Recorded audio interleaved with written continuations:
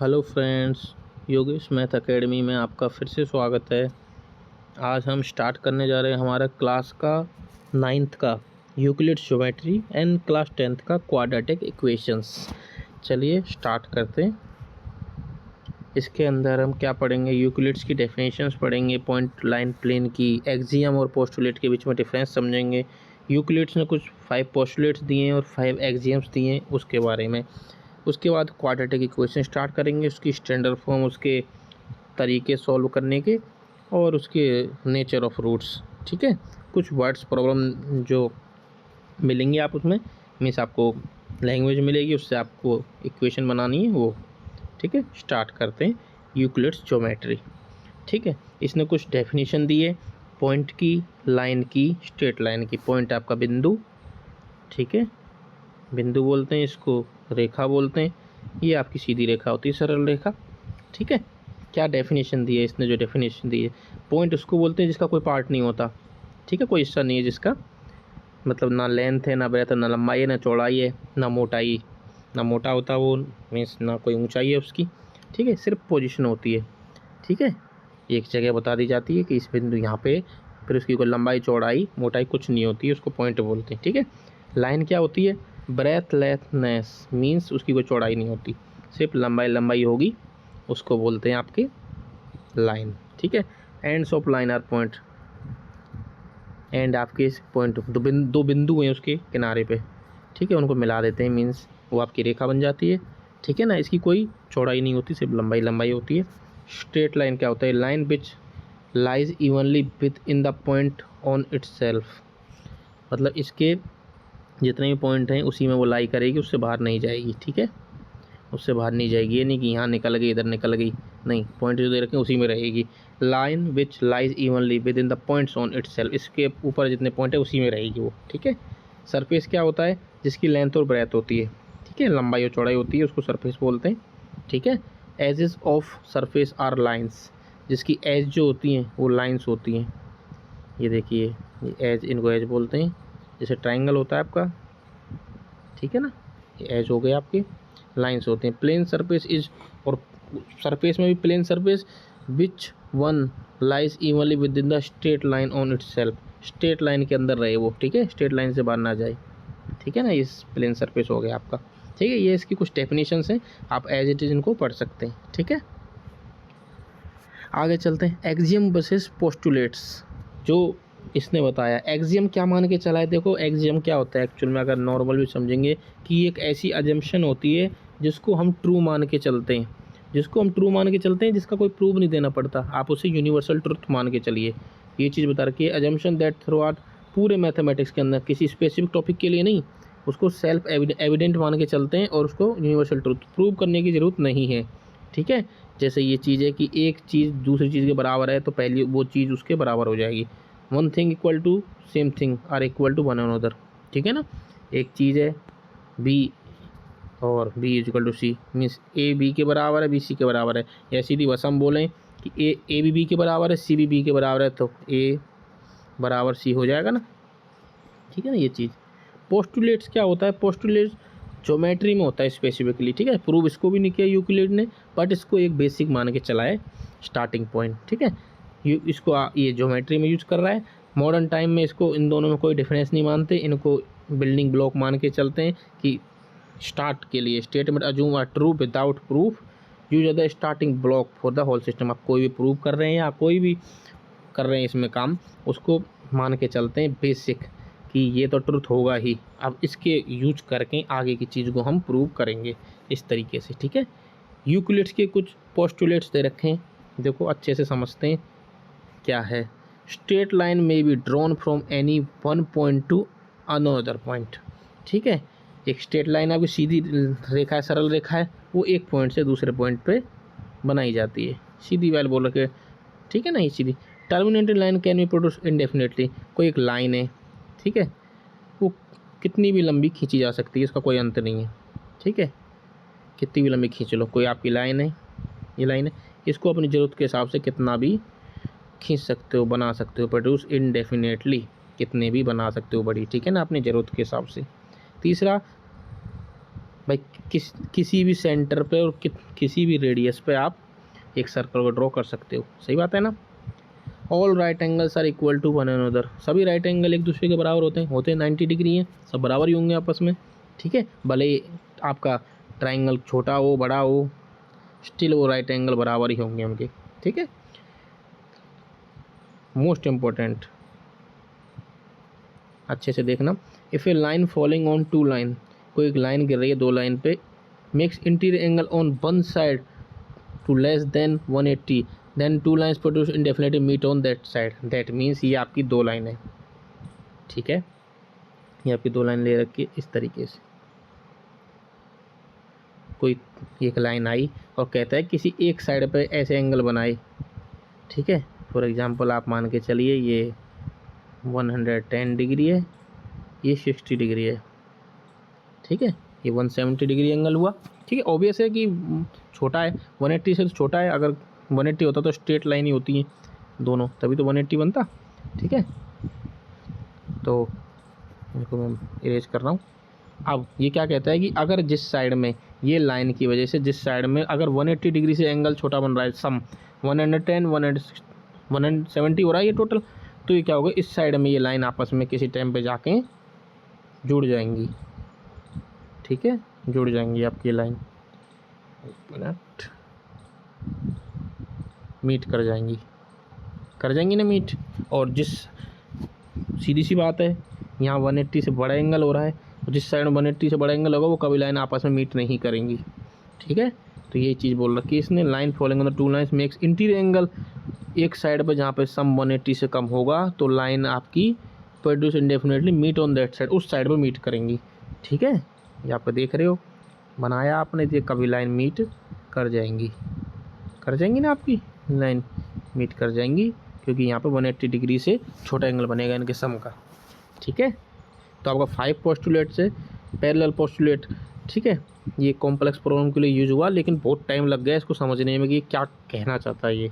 ठीक है, Euclid's 5 axioms common notions. देखो, things which are equal to same thing are equal to one another, बताया था ना आपको, ए बी के इक्वल बी सी के इक्वल तो ए सी के इक्वल हो जाएगा। भाई दो चीज़ें एक ही सेम चीज़ के बराबर है तो वो दो चीज़ें ही आपस में बराबर हो जाएंगी।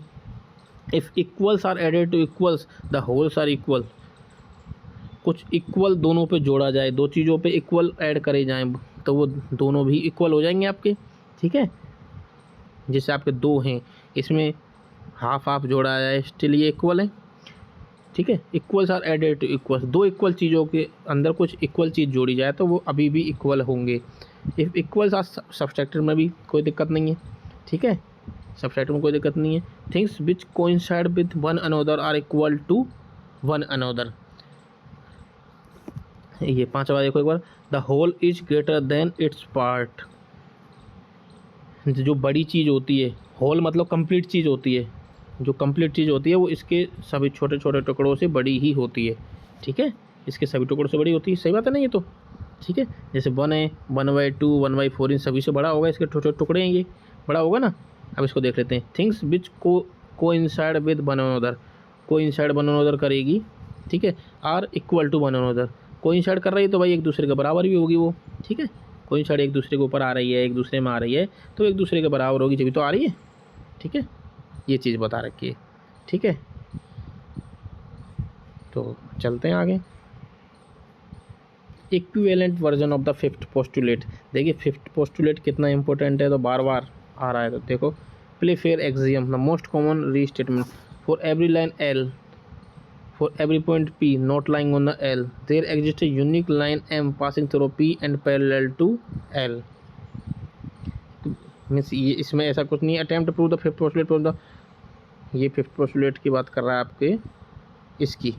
ठीक है, इसकी ये मैं और ऑलरेडी अच्छे से समझा चुका हूँ, बहुत अच्छे से डिटेल में। फिर से एक बार बता दूँ क्योंकि इसमें कन्फ्यूज हो जाते हैं बच्चे। ये कह रहा है कि दो लाइनें आपकी आपस में, अगर कोई लाइन इन पे आके मिल रही है, ठीक है, और एक ऐसी साइड जहाँ पे जो इंटीरियर एंगल है, ये आंतरिक कोण है, ये 180 से अगर छोटे हैं, ये अगर 180 से छोटे हैं, ठीक है, ये अगर 180 से छोटे हैं तो ये साइड जो है, जिस साइड में 180 से छोटे डिग्री इंटीरियर एंगल का समा रहा है, वो साइड एक जगह पे जाकर मीट कर जाएंगी, और जिस साइड पे नहीं कर रहा ऑब्वियस है कि वो साइड कभी मीट नहीं करेंगी, ये चीज़ है। ठीक है, ये चीज़ बता रखी है। ठीक है, और आपको ऑब्वियस है कि इस वर्जन में क्या होगा, अगर 180 डिग्री बना देंगी तो वो लाइन पैरेलल चलेंगी। ठीक है, चलते हैं आगे। ये देखिए जो आपको बताया था, ए बी पी क्यू के बराबर है और वो पी क्यू खुद एक्स वाई के बराबर है, तो ए बी एक्स वाई के बराबर होगा। तो आपकी पोस्टुलेट ये कहती है ना, things which are equal to same thing, तो आपस में बराबर होंगी। बिल्कुल ये चीज़ लिख दी है कि दोनों बराबर हैं पी क्यू के, तो ए बी और एक्स वाई भी बराबर होंगे। Things which are equal to one another are equal to each other. ठीक है, चलो। Two students have equal pocket money, दोनों की पॉकेट मनी बराबर है, और दोनों में 500 रुपये अगर जोड़ दिए जाएँ तो अब भी उनकी पॉकेट मनी इक्वल होगी। क्यों? Equal added to equal are equal. ठीक है, बराबर अमाउंट हो, कुछ बराबर अमाउंट जोड़ी जाए तो वो अभी भी बराबर रहेगी, ये चीज़ बता रहा है वो। ठीक है, चलते हैं आगे। एवरीडे एग्जांपल्स आप इसके अंदर ले सकते हैं, कोई क्वांटिटी ले सकते हैं, जैसे 5-5 लीटर दूध है, उसमें 1-1 लीटर दूध ऐड करा जाए तो स्टिल बराबर। आप चीनी का एग्जांपल ले सकते हैं, 1-1 किलो चीनी में 250-250 ग्राम चीनी और ऐड करी जाए, स्टिल वो बराबर है। ठीक है ना, तो इस तरीके से आप रियल लाइफ एग्जांपल भी ले सकते हैं। चलते हैं आगे। चलिए, या ऐसे आपका चैप्टर यूक्लिड ज्योमेट्री पूरा हुआ। देखिए इतना सा चैप्टर है, इसमें और कुछ नहीं है। अब करने को तो भले ही इसकी 1 घंटे की वीडियो बना लो, लेकिन मोस्ट इम्पोर्टेंट टॉपिक मैंने कवर कर दिए, उससे बाहर कुछ नहीं रहता आपका। ठीक है, अब हम स्टार्ट करने जा रहे हैं आपकी क्वाड्रेटिक इक्वेशंस। देखिए मैंने कंबाइन सीरीज बना रखी क्लास 9-10th की, जिससे कम समय में ज़्यादा से ज़्यादा टॉपिक कवर हों और आपकी पढ़ाई भी जल्दी से जल्दी कवर हो जाए, जिससे हम ज़्यादा से ज़्यादा कंटेंट ला सकें। मैं चाहता हूं कि आपकी थ्योरी की क्लास कंप्लीट होने के बाद मैं क्वेश्चंस के लिए बेहतरीन क्लास ला सकूं। मेरे कंटेंट भी आप देखेंगे, कोई कमी नहीं मिलेगी आपको कंटेंट में, और आगे भी नहीं मिलेगी। आशा करूंगा कि कंटेंट की क्वालिटी और बढ़ाऊंगा मैं। ठीक है, आप लोगों की सपोर्ट की ज़रूरत है, तो लाइक करना, सब्सक्राइब करना और शेयर करना। अब स्टार्ट करने जा रहे हैं हम अपना नया चैप्टर क्वाड्रेटिक इक्वेशंस, जिसको बोलते हैं द्विघात समीकरण। ठीक है, द्विघात में मीन्स अभी तक तो आप ये पढ़ रहे थे ax + bx + c = 0 पढ़ रहे थे, ये आपका रैखिक समीकरण पढ़ रहे थे जो आपका। ठीक है ना, लेकिन अब पढ़ेंगे हम द्विघात मीन्स 2 डिग्री। ax, जिसको नॉर्मल जो आप इसका फॉर्म होता है वो होता है ax² + bx + c = 0, ये पढ़ेंगे अब। ठीक है, 2 डिग्री होगी इसमें, और ये a0 नहीं होगा कभी, क्योंकि a0 हो जाएगा तो ये 2 डिग्री वाला तो खेल ही ख़त्म हो जाएगा। तब तो ये भाई आपकी स्ट्रेट लाइन बन जाएगी। ठीक है ना, लीनियर इक्वेशन बन जाएगी। तो ध्यान रखना आपको, क्वाड्रेटिक इक्वेशन वही चीज़ है, ax² + bx + c। abc real number है, a0 नहीं हो सकता आपका, क्योंकि a0 हुआ तो फिर आपकी क्वाड्रेटिक इक्वेशन 2 डिग्री की इक्वेशन नहीं बचेगी ना, 2 घात नहीं बचेंगे इसमें। तो x की जो हाईएस्ट पावर है वो 2 रहेगी, एग्जैक्टली 2 रहेगी, 2 से छोटी होगी नहीं, 2 से बड़ी होगी। ठीक है, रूट्स क्या होते हैं, जीरोज़ क्या होते हैं, रूट्स जिसको बोलते हैं आप शून्यक, कुछ जीरोज बोलते हैं।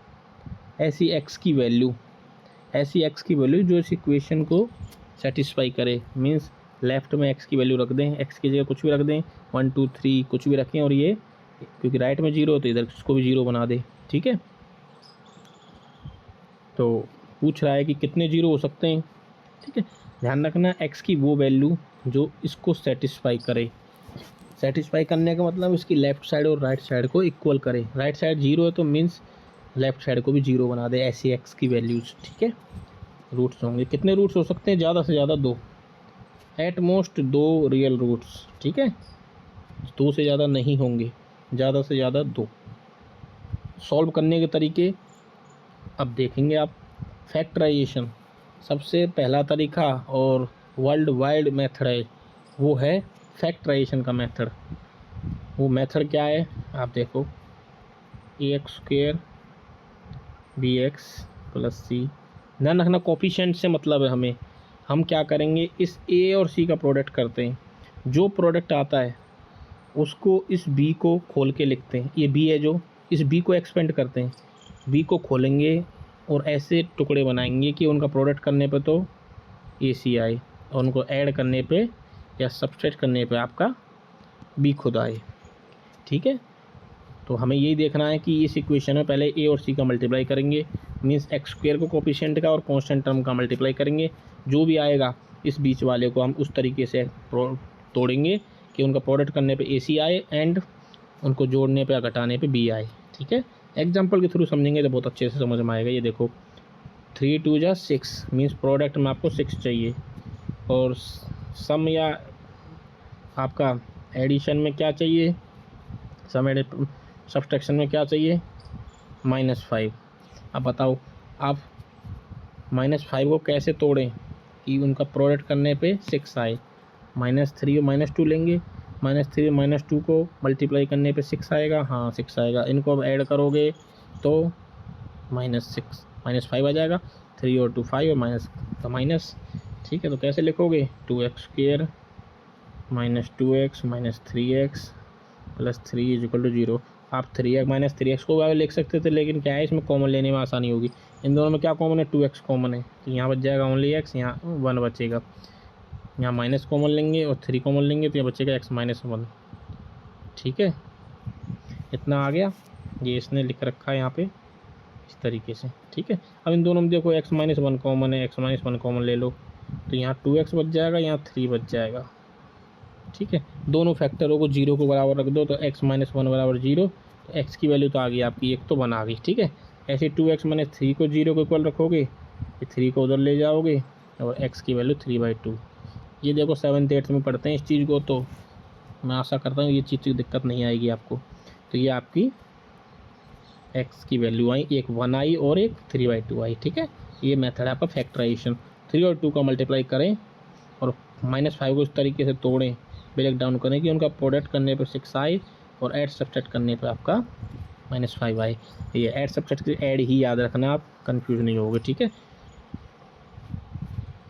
कंप्लीटिंग द स्क्वायर, ये भी आपके चैप्टर से सिलेबस से हटा दिया गया है। ठीक है, कंप्लीटिंग द स्क्वायर, लेकिन फिर भी हम क्या करेंगे, याद रखेंगे कंप्लीटिंग द स्क्वायर क्या होता है। मीन्स हमें इसमें स्क्वायर की प्रॉपर्टी बनानी है। मीन्स अभी तक तो आप फैक्टराइजेशन कर रहे थे, लेकिन इसमें क्या करेंगे, अब कोशिश करेंगे कि हम ये आइडेंटिटी बना पाएँ। a + b वाली, a + b का स्क्वायर क्या होता है, a² + b² + 2ab, ये आइडेंटिटी बना पाएँ तो एक कंप्लीट स्क्वायर बन जाएगा। इस तरीके से बनाना है आपको। ठीक है, तो आपको क्या दे रखा है, x² + 4x = 5। ठीक है, तो इस तरीके से क्वेश्चन दे रखा है आपको। देखिए आपको ये ध्यान रखना है कि जो आपका x + y का स्क्वायर खोलोगे तो क्या आएगा, x² + y² + 2xy। मीन्स ये जो xy का जो प्रोडक्ट हो रहा है, ठीक है, xy का प्रोडक्ट होता है वो 2 × x × y, मतलब ये x और y दोनों हो जाता है। सिमिलरली अगर x + 1 का स्क्वायर है तो ये क्या हो जाएगा, x का स्क्वायर + 1 का स्क्वायर प्लस में 2 × x × 1, तो 1 से तो कोई फ़र्क नहीं पड़ता, ये 2x आ जाएगा। इस चीज़ को आपको देखना है। तो ये आपका दे रखा है सेम, x² + 4x - 5 = 0। सबसे पहले ये देखना है कि यहाँ पे 4x दे रखा है तो इसको तो ऐसे लिखेंगे आप 2 × x, ये इसको कांस्टेंट टर्म को ध्यान मत दो। ठीक है, तो इसलिए इन्होंने ऐसे लिख दिया इसको 2 × 2x × x, और ये 5 को उधर ले गए ना 5 को उधर। अब देखो आप खुद देखो, x का स्क्वायर प्लस में 2 × x × y, तो यहाँ पे जो वो एडिशनल जो टर्म है वो क्या है, ये तो करते हो आप। मान लो ये होता है x + y का स्क्वायर, तो क्या आता है, x² + y² + 2xy आता ना, आप बताओ आता। मीन्स क्या है, देखो ये x का square plus 2 × x × y, 2 × x × y, 2 में फर्स्ट टर्म का प्रोडक्ट और सेकंड टर्म का प्रोडक्ट। तो फर्स्ट टर्म तो आपकी ये रही, सेकंड टर्म ये रही, तो इसका भी स्क्वायर करते हो, इसका भी स्क्वायर करते हो, तो सिंपल है कि यहाँ पे 2 का स्क्वायर आएगा, तभी तो ये आइडेंटिटी बनेगी। लेकिन मैथमेटिक्स में ऐसे थोड़ी ऐड कर सकते हो, जो चीज़ लाए उसको सब्सट्रैक्ट भी करो। ठीक है, तो क्या बना फाइनली आपका, x² + 2 × x, क्योंकि हमें दिख रहा है कि x × y, तो ये 2 का स्क्वायर जोड़ा, 2 का स्क्वायर घटाया, 5 उधर था ये आपका, ठीक है, ये देखो आपका किसका बन गया, ये एक्स प्लस टू का होल का स्क्वायर बन गया, और ये 2 का स्क्वायर 4, उधर जाके 9 हो जाएगा। तो एक्स प्लस टू का स्क्वायर इक्वल टू 9। ठीक है, अब ये स्क्वायर है, उधर जाके इसका अंडरूट बन जाएगा 9 का। तो 9 किसका स्क्वायर होता है, 3 का होता है। तो एक्स प्लस टू बराबर 3। आपको पता है स्क्वायर टूटता है तो प्लस माइनस में टूटता है। ठीक है, तो क्या आ जाएगा, x plus two is equal two plus minus के 3। तो एक बार एक्स प्लस टू की वैल्यू 3 और एक बार एक्स प्लस टू की वैल्यू -3। तो यहाँ से x की वैल्यू 1 आ जाएगी, यहाँ से x की वैल्यू -5 आ जाएगी। ठीक है, इसको बोलते हैं कंप्लीटिंग द स्क्वायर। तो इसका जो मेन जो मुद्दा होता है ये होता है, इसको देख के ही आप प्रोडक्ट करते हो। ठीक है, ये चीज़ ध्यान रखना, मतलब आपको कंप्लीट स्क्वायर बनाना है। ठीक है, नेक्स्ट मेथड पे चलते हैं। वैसे आपको सिलेबस से हटा दिया ये, लेकिन मेरा बताना फ़र्ज़ है, मैंने बता दिया। क्वाड्रेटिक फार्मूला, क्वाड्रेटिक फार्मूला क्या होता है, जो आपका इक्वेशन होता है ए एक्स स्क्वायर, श्रीधराचार्य फार्मूला भी बोलते हैं इसको, ध्यान रखना। आप कहीं डायरेक्ट बोल दे कि solve the quadratic equation using Shridharacharya formula, सोचते रह जाएं क्या।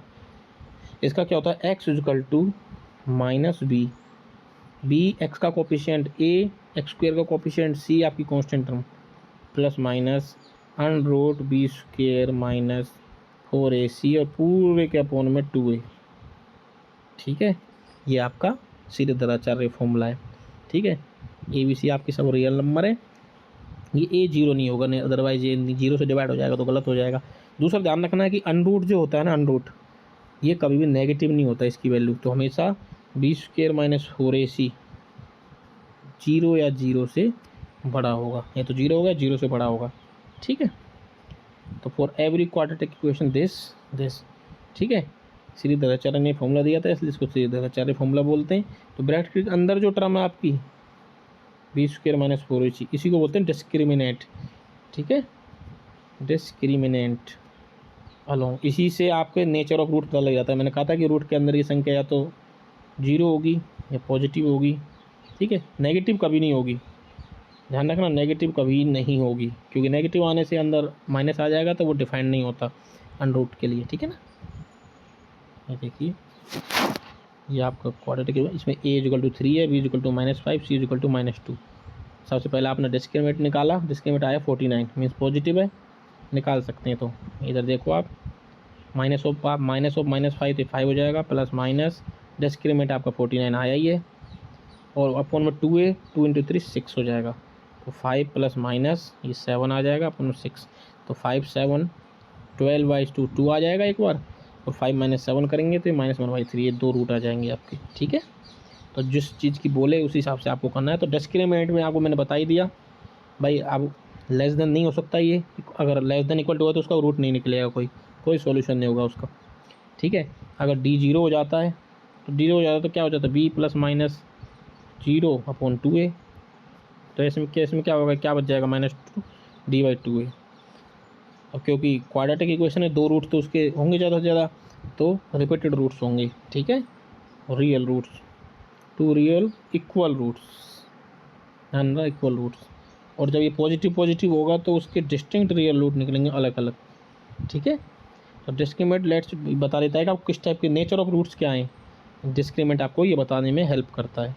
ठीक है, डिस्क्रिमिनेंट आपको बताने में हेल्प करता है। विदाउट सॉल्विंग आपको नेचर ऑफ रूट बताना, तो डिस्क्रिमिनेंट निकालना है। ए की वैल्यू 2 है, बी की वैल्यू -4 है, और सी की वैल्यू आपकी 3 है। तो बी स्क्वायर माइनस 4ac, तो बी आपका क्या है, 16 हो जाएगा, -4ac, 4 × 4 × 8 24। डिस्क्रिमिनेंट -8 आ रहा है, less than 0, that means no solution, कोई रियल रूट नहीं होगा। ठीक है, 11th क्लास में जब कॉम्प्लेक्स नंबर पढ़ेंगे उसमें इस चीज़ को हम डिटेल से समझेंगे। ठीक है,